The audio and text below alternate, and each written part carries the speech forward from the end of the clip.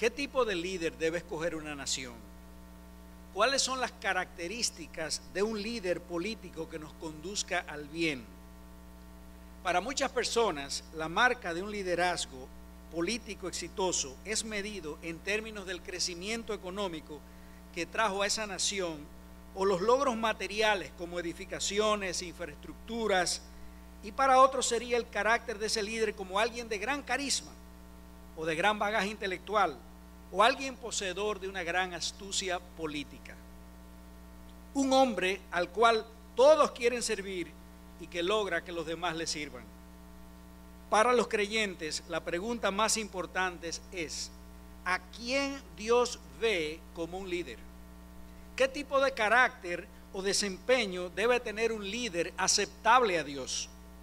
Creo que no tenemos que hacer un análisis muy profundo para probar que el líder más grande que ha tenido y tendrá la humanidad es Jesucristo.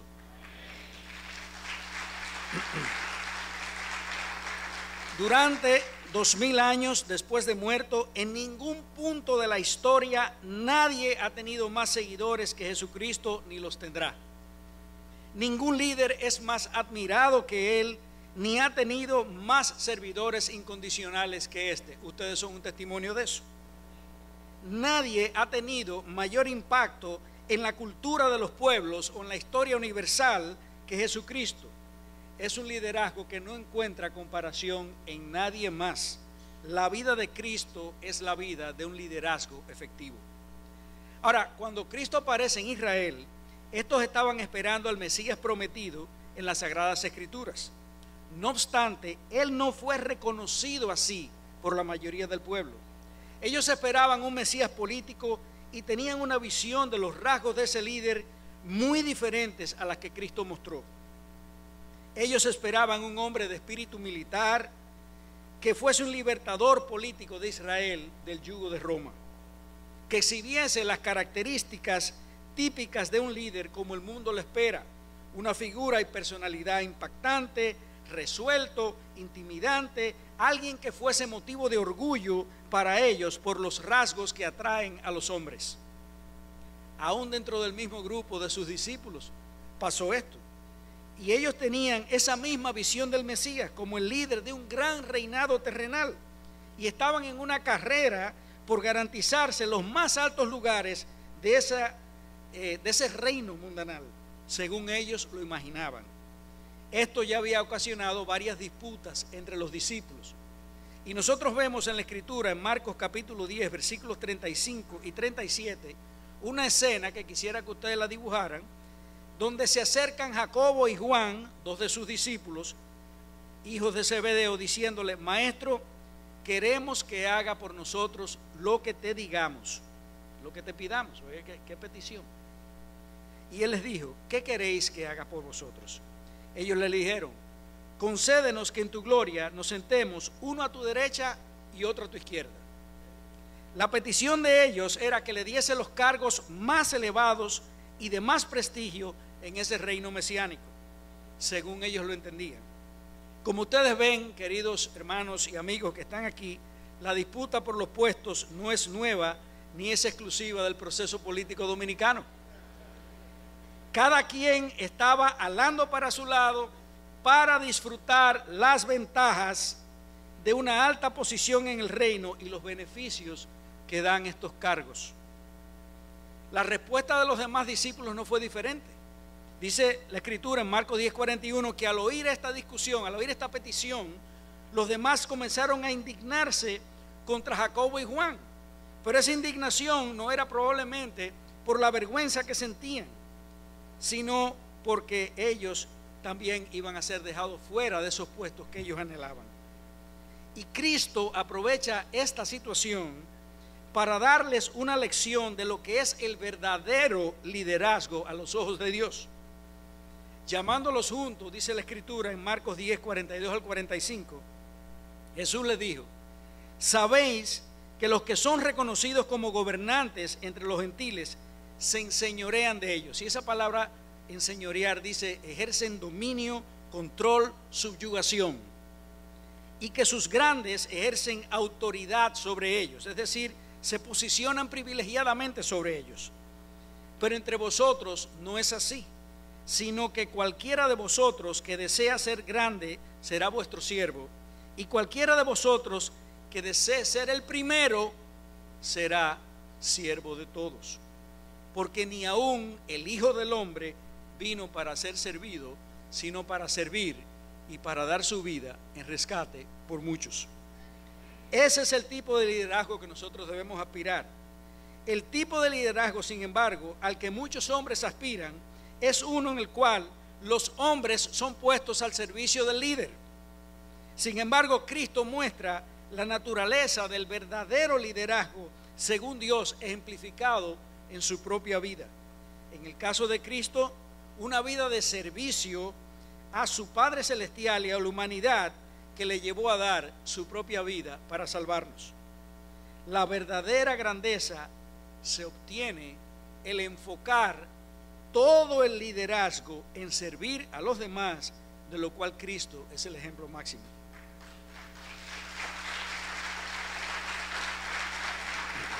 Hay una escena, en contraste con esto que vimos, esta disputa por puestos, que nos ilustra lo que es el verdadero líder. Una escena impresionante. Esa escena ocurre en el aposento alto, la noche en que Jesucristo estaba preparándose para dar su vida por los demás. Y dice la Escritura en Juan capítulo 13, versículos 3 al 5, que Jesús, sabiendo que el Padre había puesto todas las cosas en sus manos, que de Dios había salido y que a Dios volvía, es decir, Cristo estaba, como nos dice este texto, muy consciente de su posición de autoridad, que Él había creado los mundos y a las criaturas y que todo le estaba sujeto a Él, que Él era el soberano al cual Dios había entregado desde antes de la fundación del mundo todo poder y autoridad. Él no estaba buscando una posición de poder, ya Él la tenía por derecho propio. Pues bien, vamos a ver la lección que Él da a sus discípulos. Dice que se levantó de la cena, se quitó su manto, tomando una toalla se la ciñó, luego echó agua en una vasija y comenzó a lavar los pies de los discípulos y a secárselos con la toalla que tenía ceñida. Y queridos hermanos y personas que están aquí en esta noche, lavar los pies era una de las labores más vergonzosas, indignantes y desdeñables en esas sociedades de Oriente y en la antigüedad. Estaba reservada para los esclavos y era tan vergonzosa que Pedro no quería dejarse lavar los pies de él, porque lo consideraba un insulto a la dignidad de la persona de Jesús. Pero Cristo quiso dejarnos un ejemplo vivo de que el verdadero liderazgo no puede, repito, no puede ser ejercido sin una actitud de siervo. Y aquí tenemos el primer rasgo de un líder a la manera de Dios. Quizá usted estaba esperando que yo le hablara de capacidades, de talentos, de a qué universidad fue. Pero aquí estamos hablando de lo que Dios dice, de lo que la palabra de Dios dice que es un líder. Y el líder verdadero debe ser un siervo. Usted quizá piense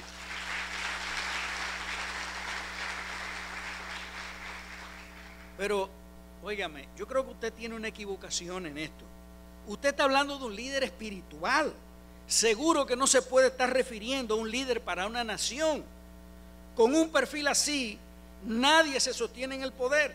No inspiraría ni el temor ni la majestuosidad que debe tener un líder. Bueno, por si las dudas, el Dios que instituyó los gobiernos y ante quien tendrán que dar cuenta los líderes, manifiesta que eso es lo que Él demanda de un líder político en cualquier gobierno. En Romanos 13 nos dice que el gobernante es un ministro de Dios para bien. Esa es la palabra que usa, un ministro de Dios. Ahora, la palabra y la idea de ministro aquí no es la que a través del tiempo ha venido a asociarse a la idea de gloria, privilegios y ascenso social y económico que hoy asociamos con estos cargos y que son tan apetecibles para que muchos estén lanzados a la labor política en el día de hoy. Pablo, inspirado por el Espíritu Santo, usa una palabra que en su idioma original significa siervo, sirviente. La palabra diáconos, alguien que atiende una mesa. En otras palabras, en buen dominicano, un mesero. El líder, dice Dios, es un mesero, alguien que sirve a los demás. Y así quiere Dios que sea el líder de un pueblo. Un siervo que no está allí para ser objeto de las complacencias y obtener lo que desee de los demás, sino con una vocación de que su tiempo en el liderazgo será un tiempo de devoción y de servicio a Dios y a los demás. Y yo les digo, queridos amigos, es imposible un liderazgo beneficioso para un pueblo sin este rasgo de carácter en un líder. Tener esta perspectiva de lo que es el liderazgo es fundacional para toda buena obra de gobierno y para todo tipo de liderazgo. Usted podrá tener capacidades, talentos, carisma, valentía, pero si usted no es un siervo, su gestión va a ser fallida. Pues eso es lo único que va a poner en orden cuáles son sus prioridades correctas. Si el líder es siervo, ya no se trata de la agenda del líder, sino de la del pueblo. Si el líder es siervo, ya no se trata de los intereses del líder, sino de los intereses del pueblo. No se sacrifica al pueblo para salvar al líder, sino el líder se sacrifica por el pueblo. Y es imposible hacer un buen gobierno si este rasgo de carácter no está presente. Ahora la pregunta obligada es, ¿y un siervo de quién? Bueno, ya la hemos abordado parcialmente y hemos dicho que es un siervo, ¿verdad?, de ese pueblo que lo llevó al poder. La democracia es el sistema de gobierno que existe en gran parte del mundo, y en la democracia el líder está supuesto a representar al pueblo para hacer lo que las leyes y la constitución de esa nación le mandan hacer. La mayoría de las constituciones buscan la felicidad y el progreso de los pueblos mediante la salvaguarda de las leyes y la protección a los ciudadanos. Cuando esto no ocurre, su liderazgo carece de representatividad y de legitimidad ante un pueblo. Pero el líder no es solamente siervo de un pueblo, hay uno más arriba. Hay alguien que está por encima del pueblo y de toda criatura. El Dios que creó los gobiernos, el Dios que instituyó los gobiernos, el Dios que dio tareas a los líderes para hacer. Ese es a quien tenemos que dar cuenta. Dice la palabra de Dios en Romanos 13: sométase toda alma a las autoridades superiores, porque no hay autoridad sino de parte de Dios, y las potestades que hay por Él han sido ordenadas. Las potestades, los gobiernos, los reyes, las coronas, los príncipes, es un ordenamiento divino. Y aquí vemos cómo los ciudadanos son combinados por Dios a someterse a las autoridades, porque el no someterse a ellas es rebelarse contra Dios.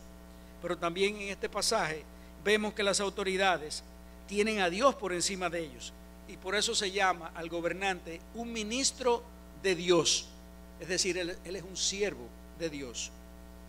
El gobernante es un siervo, está puesto allí por Dios con el propósito de hacer bien a su nación, y él tiene una delegación temporal de parte de Dios, y como tal un día va a tener que dar cuentas ante un tribunal divino por su desempeño. Si esto estuviese en el corazón de muchos líderes, muchos serían los males que se evitarían, pues Dios hará juicio sobre toda ley, sobre toda obra, sobre toda decisión que ellos hayan tomado mientras tenían esta tarea. Usted puede creer esto o no, y aún tomarlo a la ligera y ser un líder perverso, pero Dios un día le va a pedir cuenta. Ahora bien, como siervo de Dios, ¿qué pide Dios al líder que sea él? ¿Qué busca Dios en un líder? Y vamos a nombrar una serie de características, pero el tiempo es muy corto y no podemos abordar todo in extenso. Pero el líder debe servir a Dios y al pueblo, siendo un hombre justo y amando la justicia. Esa es nuestra primera propuesta. El líder debe servir a Dios y al pueblo, siendo un hombre justo y amando la justicia. La razón principal de un gobierno no es hacer carreteras. La razón principal de un gobierno no es mantener el Producto Interno Bruto alto. La razón principal de un gobierno es hacer justicia para Dios.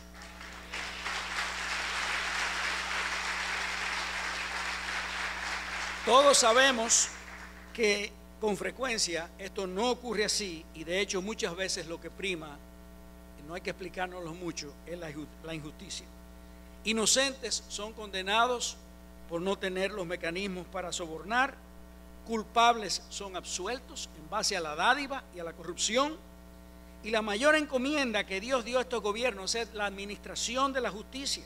Así que un gobernante que falle en administrar la justicia podrá mostrar los resultados económicos más impresionantes del planeta, los resultados académicos más avanzados, pero deberá ser declarado un gobernante fallido, pues la palabra de Dios así lo dice. Proverbios 16:12 dice: abominación es a los reyes hacer impiedad, porque con justicia será firmado el trono. Amar la justicia, queridos hermanos, no es algo abstracto, no es algo etéreo. Un gobernante que ame la justicia se va a asegurar de que se castigue a los culpables, de que se haga justicia imparcial y punitivamente, sin favorecer a nadie, que las leyes sean cumplidas. La justicia no admite parcialidad ni pacto con los perversos. El grado de impunidad en un gobierno es la marca que registra el éxito o el fracaso de ese gobierno, porque la razón más importante es hacer justicia. Y queridos hermanos, el mayor impulsor del crimen en una nación es la impunidad, y tenemos que decir que lamentablemente eso es lo que estamos viendo nosotros. La impunidad hace el crimen barato, desalienta al que quiera hacer lo bueno, lo impulsa a considerar el mal como una alternativa. Y en Eclesiastés 8:11 la palabra de Dios nos dice: como la sentencia contra una obra mala no se ejecuta enseguida, por eso el corazón de los hombres está en ellos entregado enteramente a hacer el mal. Si no hay macana, no hay una buena conducta.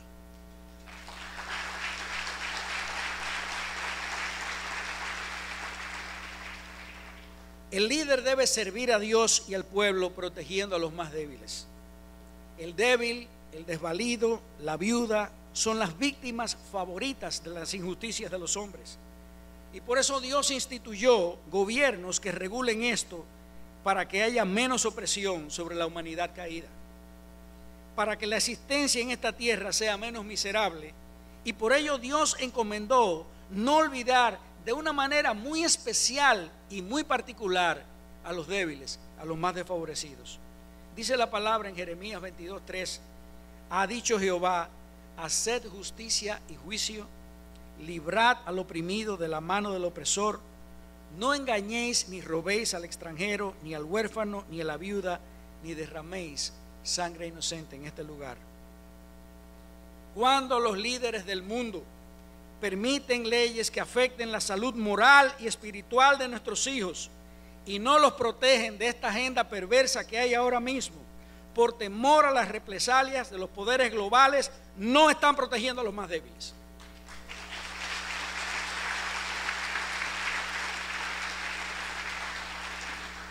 Cuando permiten que una criatura humana en el vientre de una madre sea asesinada para vender sus partes a corporaciones farmacéuticas, a industrias de refrescos o a complacer una agenda de poderes globales, porque esa criatura no puede hablar ni puede defenderse, no están protegiendo al más débil.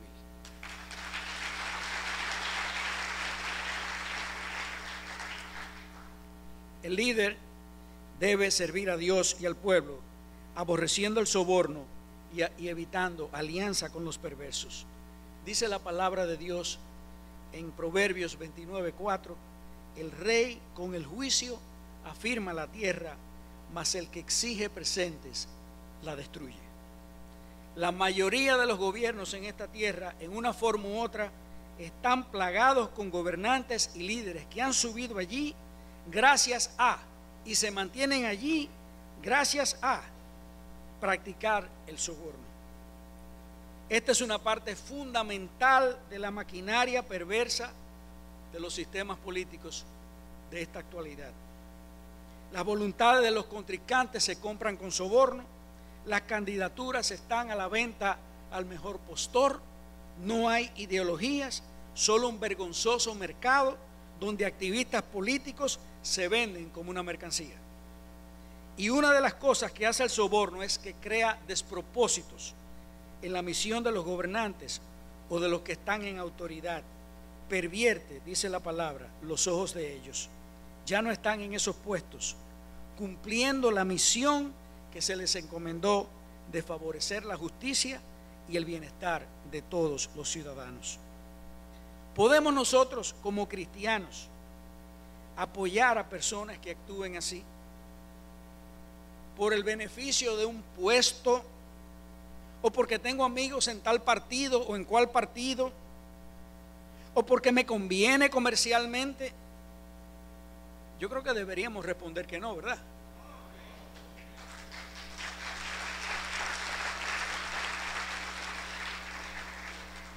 Y si son todos así, ¿cómo yo ejerzo mi deber cívico? Bueno, pues vote por el que su conciencia le indique que está más alejado de eso, al menos comparativamente. ¿Cómo puede un líder ser todas estas cosas que hemos hablado si no teme a Dios? De nuevo, quiero aclarar algo. No estamos hablando de que solo podemos votar por creyentes, pues esto nos pondría la situación muy difícil, ya que la mayoría de las personas que participan en las elecciones no son creyentes, sino de analizar si el candidato por el cual vamos a decidirnos muestra algún tipo de temor de Dios, aún sin ser un creyente. Es un ateo y niega la existencia de Dios. Toma a la ligera los temas y las cosas espirituales y solo manifiesta un pragmatismo materialista a ultranza. No le da importancia a los valores morales contenidos en la palabra de Dios y que han permeado los valores sociales y las legislaciones, especialmente en Occidente. No se define en aspectos morales para poder complacer a todos los votantes o engañar a los ingenuos. Eso significa que no teme a Dios y por tanto debemos negar el voto a esa persona, pues tienen poco las cosas que para Dios son importantes.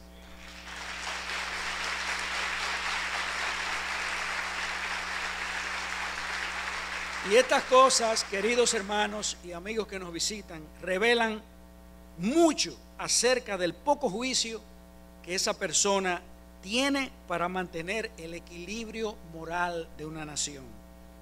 Un líder no solamente debe ser un experimentado administrador político, sino también debe discernir los valores que son importantes para dar estabilidad, progreso y justicia a una nación.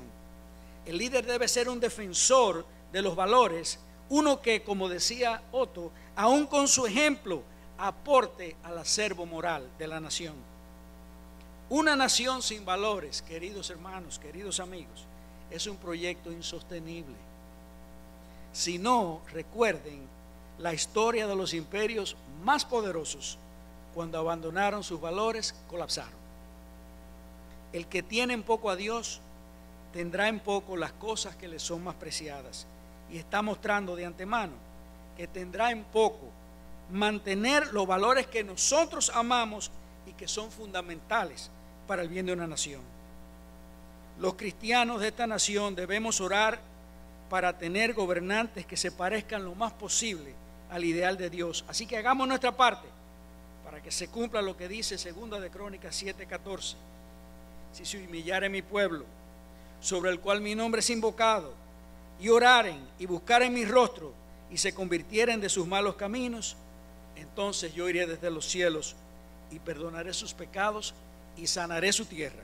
Que Dios tenga misericordia, que Dios sane esta tierra y nos dé líderes conforme a su corazón.